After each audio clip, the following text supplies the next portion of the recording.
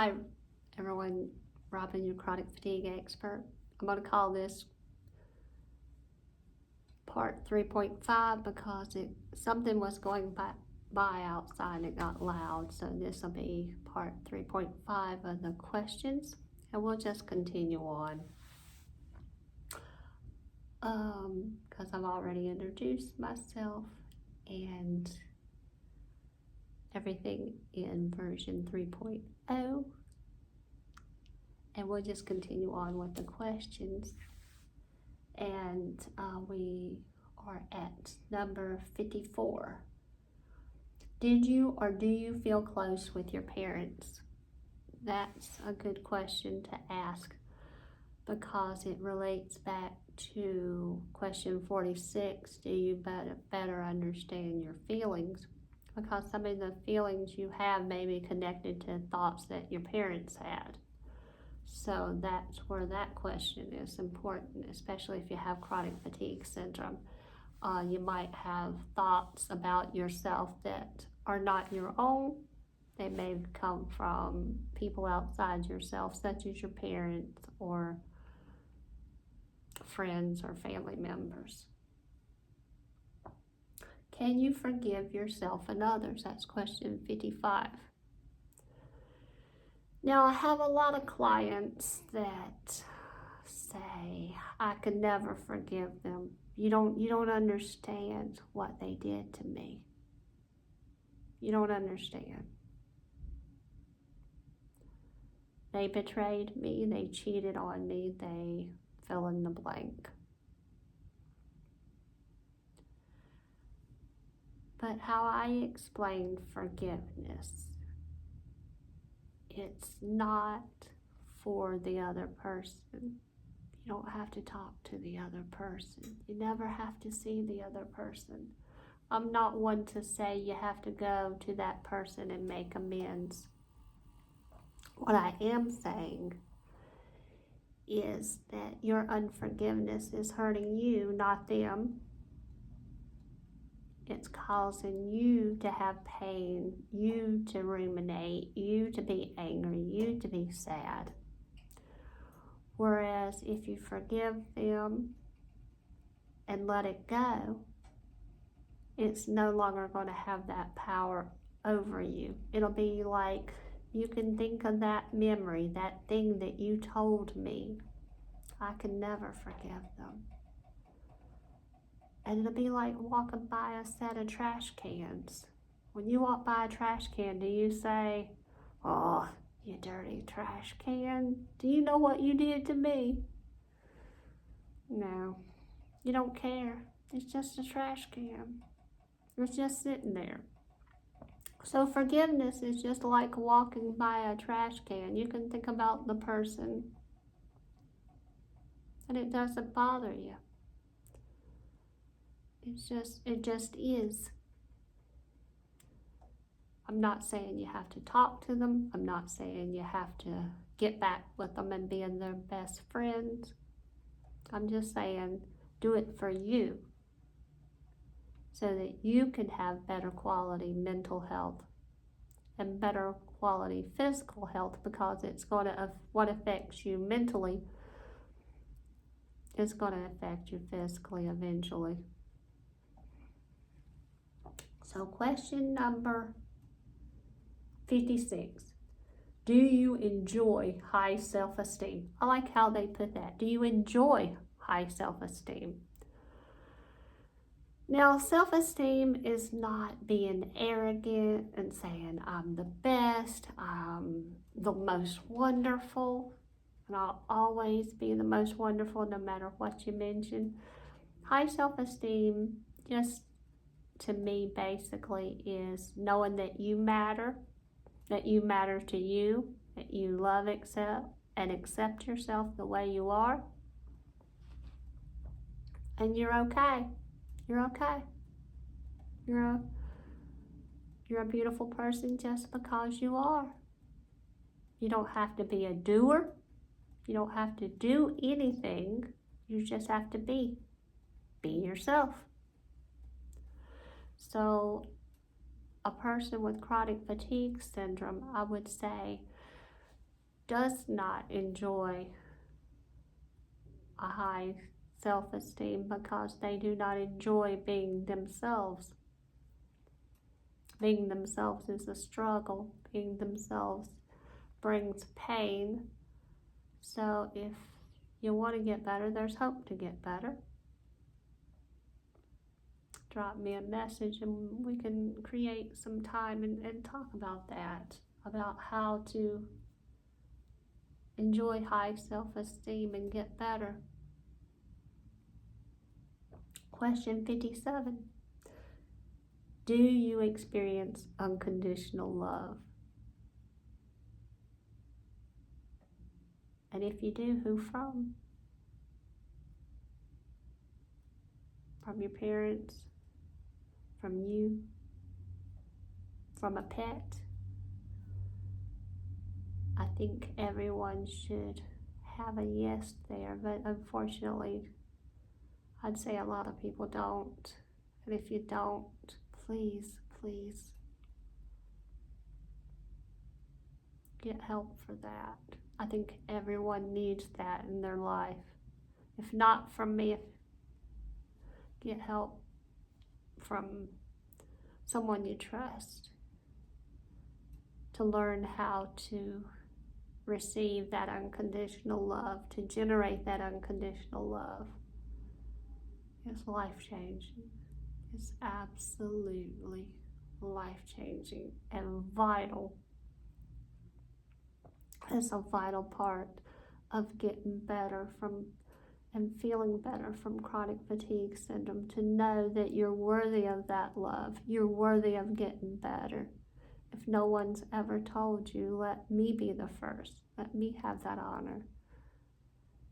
You deserve to get better.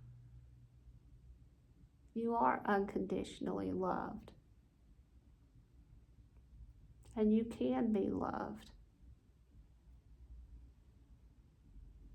Just sit with that.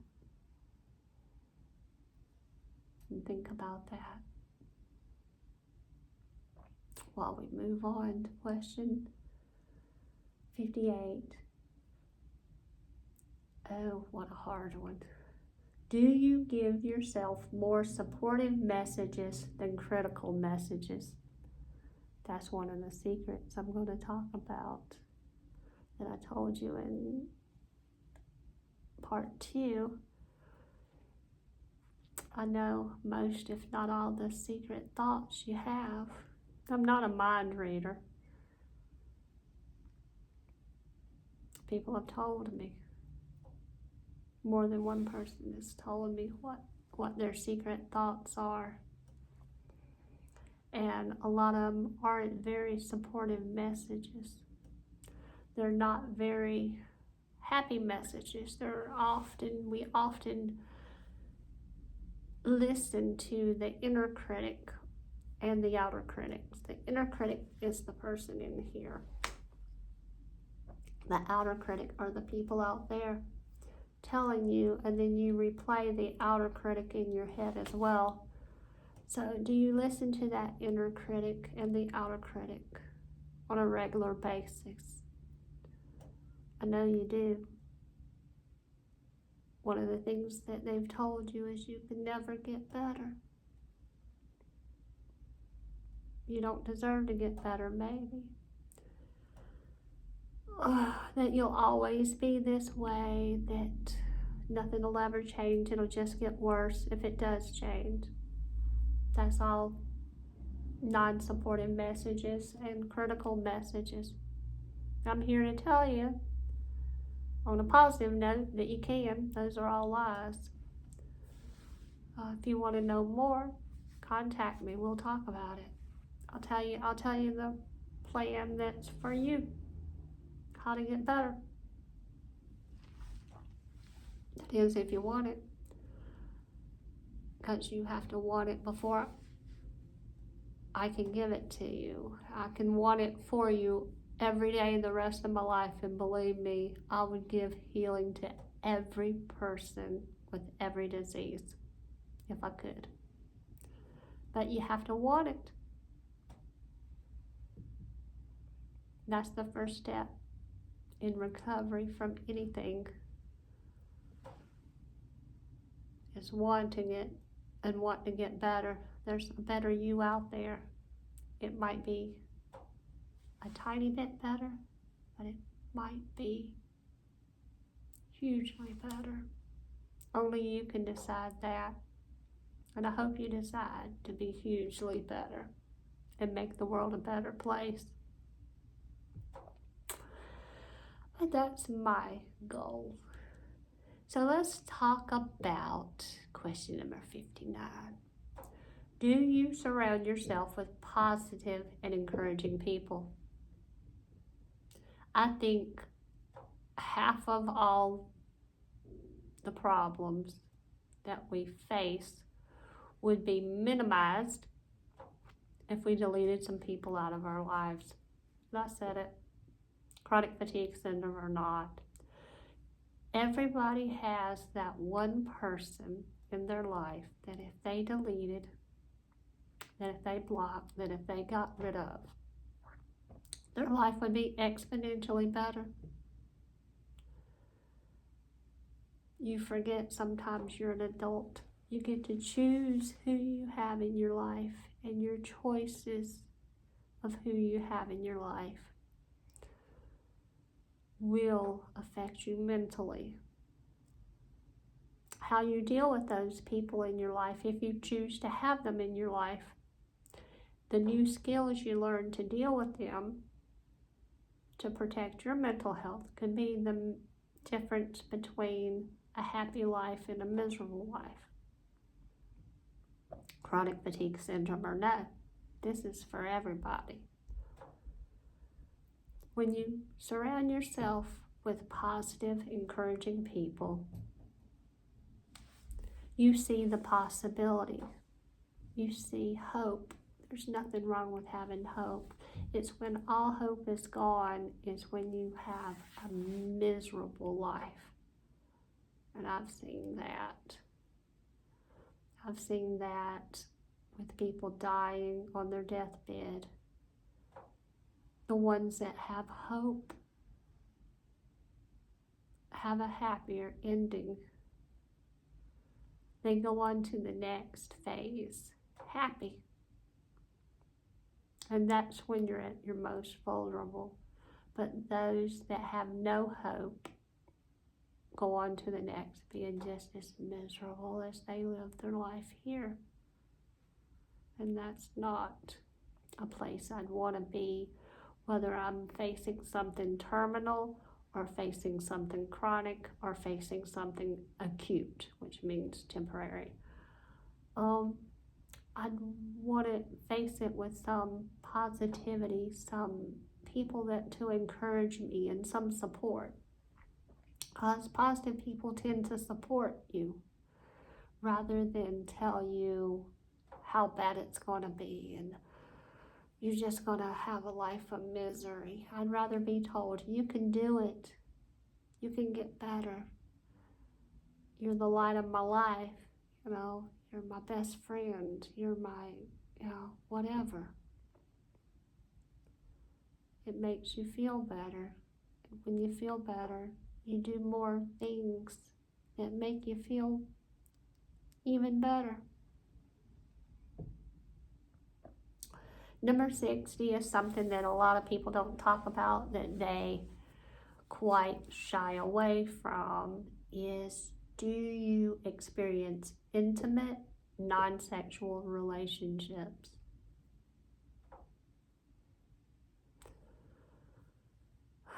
In an age where sex is so convenient and sex is everywhere, on billboards, on TV, on advertisements, everywhere you look, everything is sexualized. Do you have friends? Do you have connections that don't involve a sexual relationship? I think that's missing in a lot of people's life, chronic fatigue or not. We don't take the time to have intimate relationships. And when I mean intimate, I mean close, intimate, close relationships with other people. Everything is superficial. They never know that you're ill. That's why they call it an invisible illness, because you're not getting that intimate connection with another person. If they were intimately connected with you, it wouldn't be invisible. It'd be highly visible. I know I dealt with that when my first husband was sick and he eventually died. People didn't know he was sick, and they'd ask, why can't he do this or that, or we came to visit, he looks fine. But they didn't know it took him 3 hours to get dressed, and I had to help him, and I had to put his shoes on him and tie his shoes. He was 33. Does a 33-year-old man want to tell you that their wife had to tie their shoes for them and get them dressed, and you had to take a break? And people don't see these things. They only see what they expect to see. So that's where an intimate, non-sexual relationship where you can talk frankly with someone comes into play, and it's a benefit to you as a person with chronic fatigue. Or you don't have to have chronic fatigue. You can just be a regular person and need stress relief, need somebody to talk to. That's a valuable resource, is having an intimate, non-sexual relationship that you can count on, that you can talk to people with.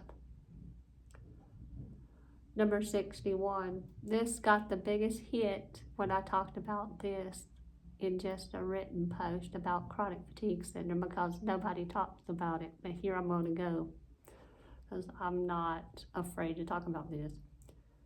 Is your sexual relationship gratifying? Now, we're made to have connection, both sexually and non-sexually. And when it's done in a loving, intimate place, it's a good thing. And I'm going to talk about it from that perspective, not what most people would call sex. I'm talking about it from a loving, intimate, caring, mutual respect type perspective. When you have chronic fatigue syndrome, it's kind of hard to get those sexual feelings going or to complete the act, because it is just so much energy required. So I would say that most individuals with chronic fatigue syndrome do not have as sexually satisfying and gratifying a relationship as they would want. And I would think that that would be one of the things that they miss, that they long for, that they try to strive for, but the more they strive for, the more energy it takes, and it seems like it gets further and further away from them. Let's move on to question 62 before I say something very not good. Pardon me. Do you feel a sense of belonging to a group or community? I think that's important. We've lost that, I think, in America as a whole. Or you go the opposite and you over-identify with a group or community. That's all that you are, as in over-identifying with being a person with chronic fatigue syndrome, and that's all I am. That's what I'm talking about. But do you feel like you belong in your family? Do you feel like you belong in your community? Whatever it is. Do you go out of your way to help others? I think that's something that's missing in a lot of people's lives. I think that in chronic fatigue syndrome, they may think, I don't want to put words in their mouth, that I can't help anybody, I can't even help myself. But there are things that don't cost very much. A smile, a phone call, a text message that I'm thinking about you, a small card on someone's birthday. There are ways you can help. And I think the power of helping someone gets totally underrated in this day and age, where helping someone just feels like you've done too much, or why would you do that? Why would you help them? They never helped you type mentality. So I would encourage you, if you have chronic fatigue syndrome, or if you don't, just go out of your comfort zone and, help someone. Give them a smile, give them a card, give them a call. Tell them you're thinking about them. It'll improve your day. Number 64 kind of goes back to question 60. Do you confide in or speak openly with one or more close friends?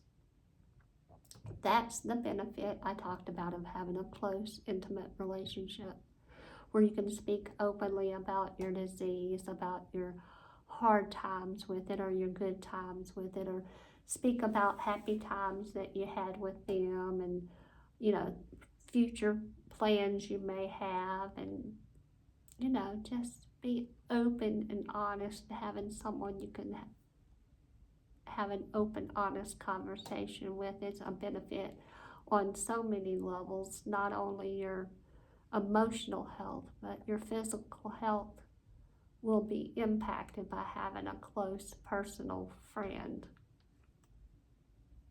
to speak with. Question 65.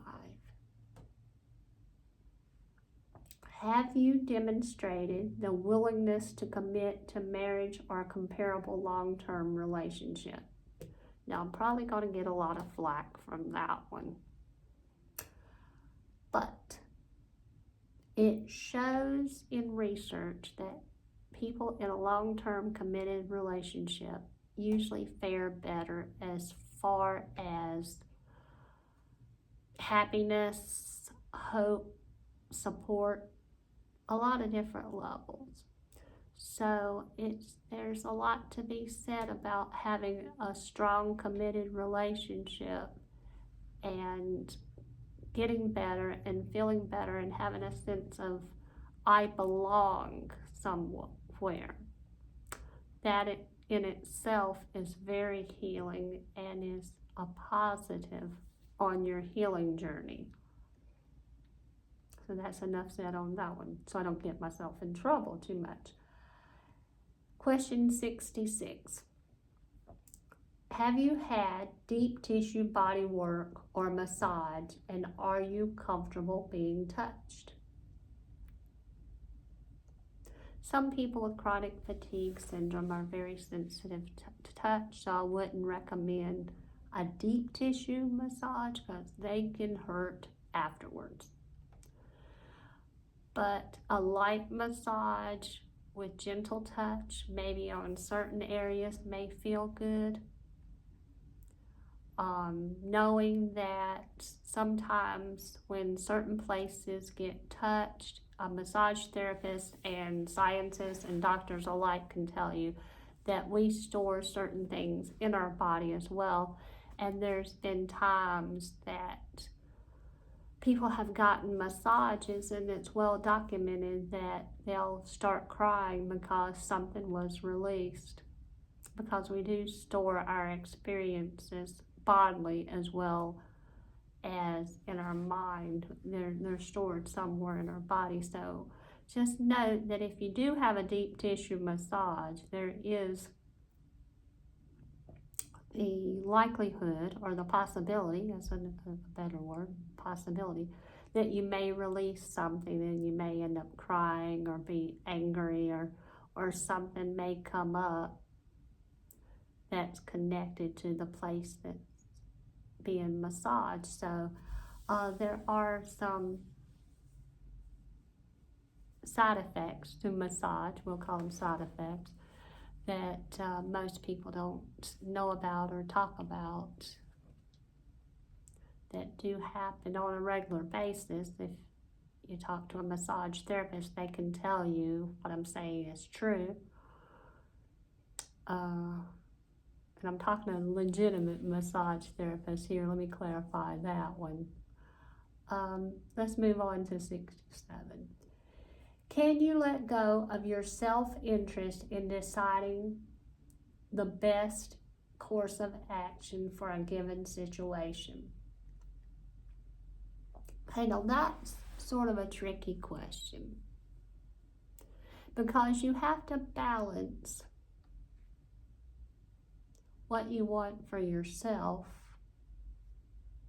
with the best course of action. I'm trying to think of a good example. Okay, let's talk college. That might be an easy example. Say you want to go to college and it's say you got accepted at Harvard or Yale, very expensive school. You want to be a lawyer. Let's make it easy. They're known for churning out lawyers. And you want to be a lawyer and you got accepted at Harvard and Yale. But you also got accepted at, let's say, New York State, North Carolina, somewhere else. Not as prestigious a school, but it costs less money, and it's still a good program. It's renowned for their law program. Not as well as Harvard or Yale, but pretty good. Most people would say go for Harvard or Yale. But if you think about it, you can go to Harvard or Yale and spend untold thousands of dollars and be a wonderful lawyer and get, accolades, but you'll also owe a lot of money. It might be in your self-interest to go to the cheaper school, pay less money, and still be an awesome lawyer. So sometimes you have to let go of your self-interest,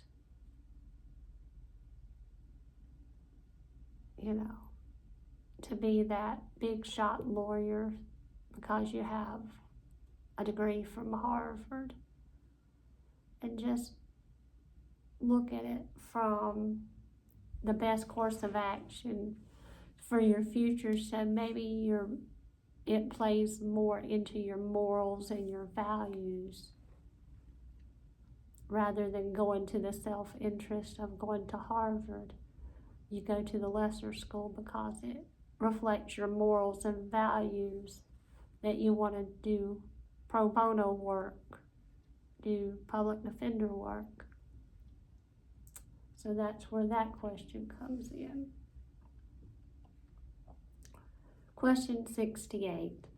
Do you have regular, effortless bowel movements? So this is a little bit intimate question, but we know that gut health, including our elimination habits, affect our total body health. And if you do not eliminate what goes in, it can cause sepsis and a lot of issues. So going to the bathroom on a regular basis is a good thing. And having a good elimination schedule is a good thing, especially if you have chronic fatigue and gastrointestinal issues. You want a good, healthy elimination schedule, so that will brighten your day every day. When you have chronic fatigue and bowel issues, just to have a great elimination schedule. Question 69. Have you conquered your fear of getting old and dying? Everybody has that fear. at some point. Some people live with it all their life. And when you have chronic fatigue syndrome or other chronic illnesses, that fear may follow you every day. The fear of getting old. What am I going to do when I'm old and I have chronic fatigue? How am I going to take care of myself when I can no longer work? What's going to happen, when I get old and I die? Fear of dying is a very real fear, and it can be even a phobia. So you have to conquer that fear and live your life the best you can, chronic fatigue or not,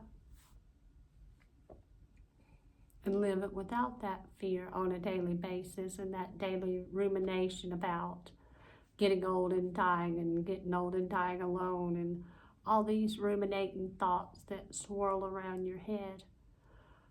It would be best eliminated and live a life free and knowing that you're enjoying every moment and you're going to take every moment that you can of positivity and have the most beautiful life that you can have.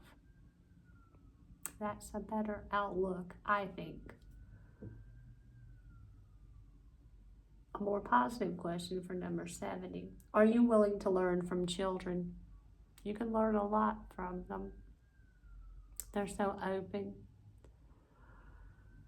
Especially if you have a chronic disease. They're just, learning from children is just magical. You can see how the smallest thing brings them joy.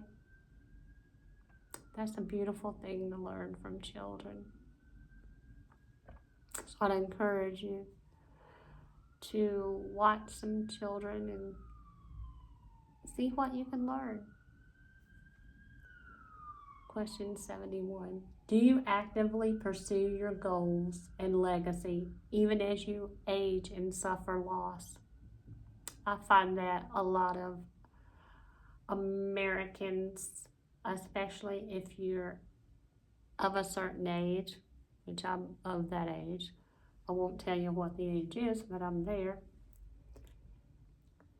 That you quit and you settle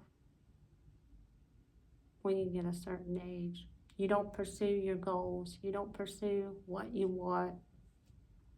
And then you add chronic fatigue or another illness on top of that, you're less likely to pursue your goals. So I would encourage you as a motivator for better health to pursue your goals. Go after what you want, no matter what. I got the privilege of seeing a man, I can't pronounce his name, but I'll tell you about him and you can probably figure out who it is. He presented on stage and he was born without arms or legs. But he still walked around on what he had. And he makes money, he lives his life. He has a job, he has a career with no arms or legs. So if a person can do that and pursue their goals and their dreams, and they would be what we call handicapped in such a way, what more can we do? Even if you have chronic fatigue syndrome, I see that to me, and I don't have chronic fatigue syndrome, as inspiration that if he can do it, why can't I? They're just limiting beliefs that say, I can't do something because I have something or because I am something. We can do anything we set our mind to, if only we try, only we put forth the effort. Question 72. Do you experience feelings of joy and exhilaration? If you don't, I'd encourage you to. Do something that brings you joy, whatever that is. Let me caveat that, as long as it doesn't take you to jail or to hell, do that thing that brings you joy. Color in the coloring book, play with the Legos, jump in the mud puddles. You only have one life, so why not do the thing that brings you joy, as long as it's not harming someone else or harming you. Experience the feelings of joy and exhilaration. It's good for you. It'll make you feel better. It'll give you some positive experiences. It'll make you feel better mentally, emotionally, and physically. I guarantee it. Question 73. We're moving right along. We only have 4 questions left to go. Is your outlook basically optimistic, or can you envision yourself as more optimistic? That's the flip side of the pessimistic question I answered, I think, in video 2. I like to have basically an optimistic, if you don't even know this, I'm gonna spoiler alert you to this. I have an optimistic outlook.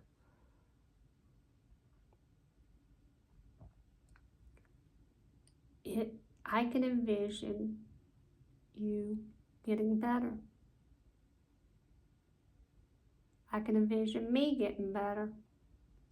And because I envision me getting better, I will get better. I'm not the best at these videos yet. I'm a novice. I'll admit that. There's things I do. I sneeze. I scratch my head. But I'll get better. Nobody's looking for perfection.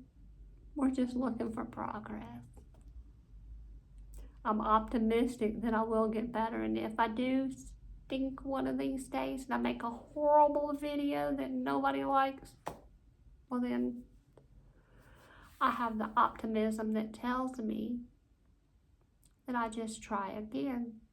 Just like you with chronic fatigue syndrome.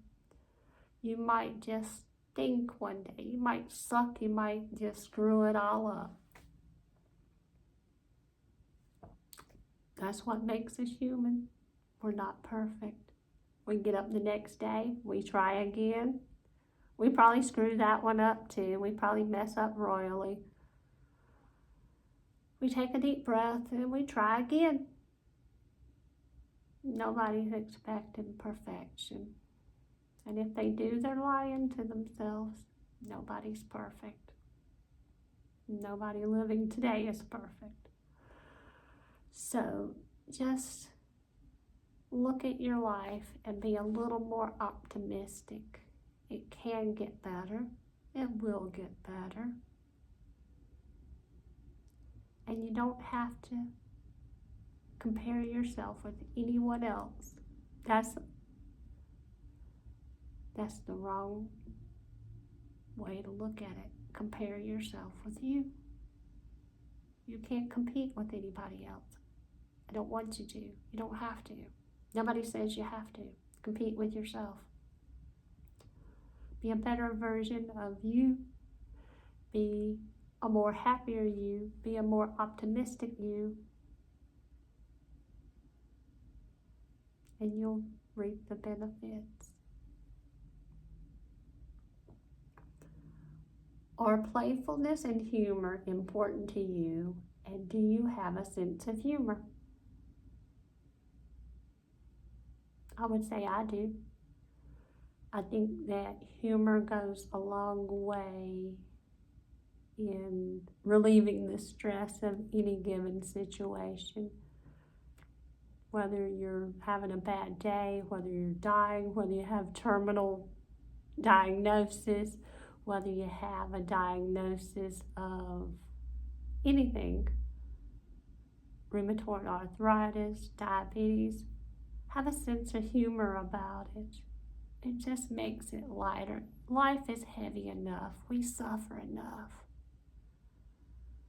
Why not be joyous and give a little laughter? Why not poke a little fun of it?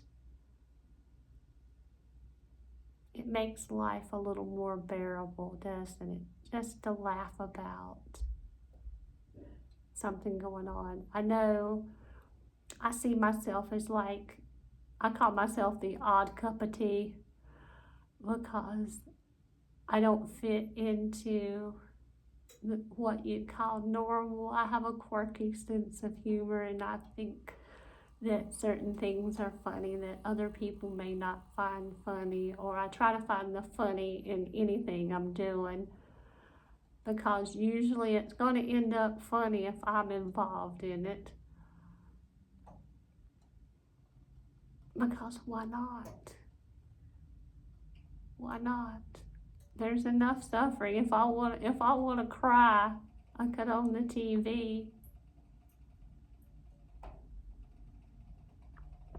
I'd rather have fun. I'd rather have joy in my life and in my heart, and laugh at something silly that I've thought or I've done,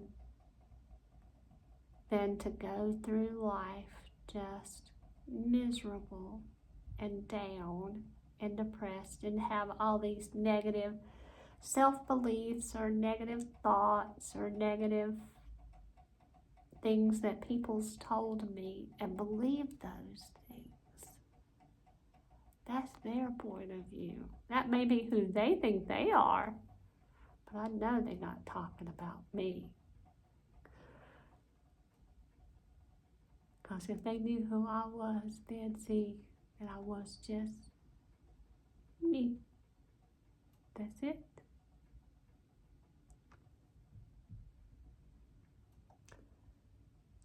Number 75, and I think this is a very important question. Do you have a strong need to be right or in control? And this is where people go wrong. And I think that with chronic fatigue syndrome, they want to control the disease. They want to control it and manage it and bend it to their will. And that's why they go to doctors, and they think that if only I could find what caused it, I could control it. But what if I told you you were looking in the wrong place? You're looking outside for something that happened here. You're the expert. You're the expert on you. You're looking and listening to people telling you about you. I listen to you and I find out about you, and then we work together and fix you. I don't pull from, well, this is the general consensus, or this is what typically works, or this is what worked for 50 of my clients. No. It's for you, and it's only for you, and it only will work for you, for no one else. That's the way treatment should be. Specialized, specific, client-centered, taking in the needs, the wants, the desires of what the client wants, not what I want for them. I can want you to have whatever I want, and you may not want it. I may say I want you to go live in a cabin by the woods, but you find that horrendous. You want to live in the middle of a city. So I think that you should be not seeking to be in control or to be right about what you think about any given situation. You should know that maybe letting go of control sometimes and seeing that no one's perfect, that no one has all the answers. You do, though, for your health. But don't try to find out answers just to try to control something that's not going to be controlled that way. Number 76, question number 76. Why do you have the symptoms you have right now, and why these specific symptoms? Why not other symptoms? That's a good question. Why do you have the fatigue and not headaches? Why do you have chronic fatigue syndrome and not rheumatoid arthritis? Why do you have chronic fatigue syndrome and not MS? People don't ask these questions.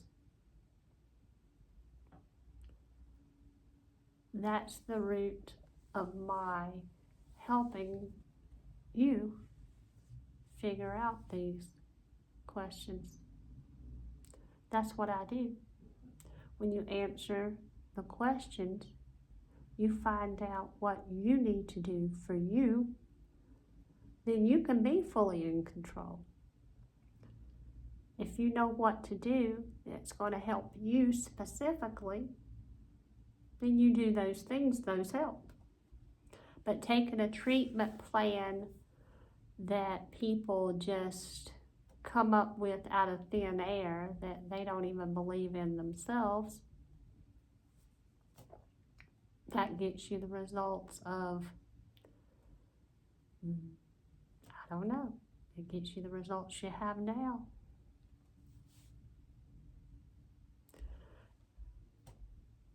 But if you know why you have the symptoms, you know the root cause. That's what we discover. When you work with me, you discover the root cause. You eliminate the root cause, just like you eliminate the roots on any plant. The plant dies. Then you can get better. It's a process.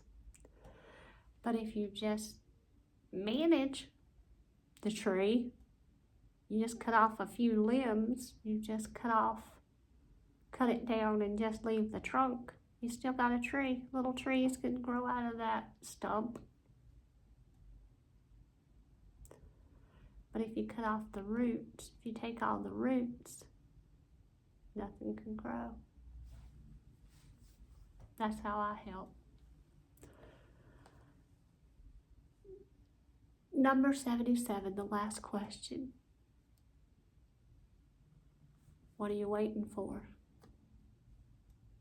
What are you waiting for?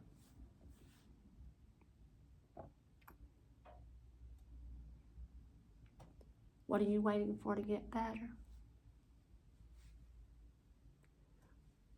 Because I know you're a good detective. You're looking around trying to find the thing that makes you better. And I intend to do a follow-up video talking about what my methods are and how I help individual with chronic fatigue or any other. It could be any illness. Chronic fatigue is the main one. How I can help them feel better about themselves and feel better about doing positive things that will impact their health, that'll impact their life, change their life sometimes in little ways, sometimes in big ways. But I want everyone to get better. I have a hope and a wish that you don't wait. That's my biggest wish, that you don't wait to get better. Because it is possible. I've said it before, I'll say it again. Just because somebody else says you can't get better, they're lying to you. You can get better. It's been proven over and over again across a myriad of diseases. People have helped themselves and pursued avenues that were unique to them, unique treatment plans, and they've gotten better. So it's all a matter of, what are you waiting for? What do you want? And I hope to hear from you soon. And give me some feedback down in the comments on the video, and if you liked it, if it helped.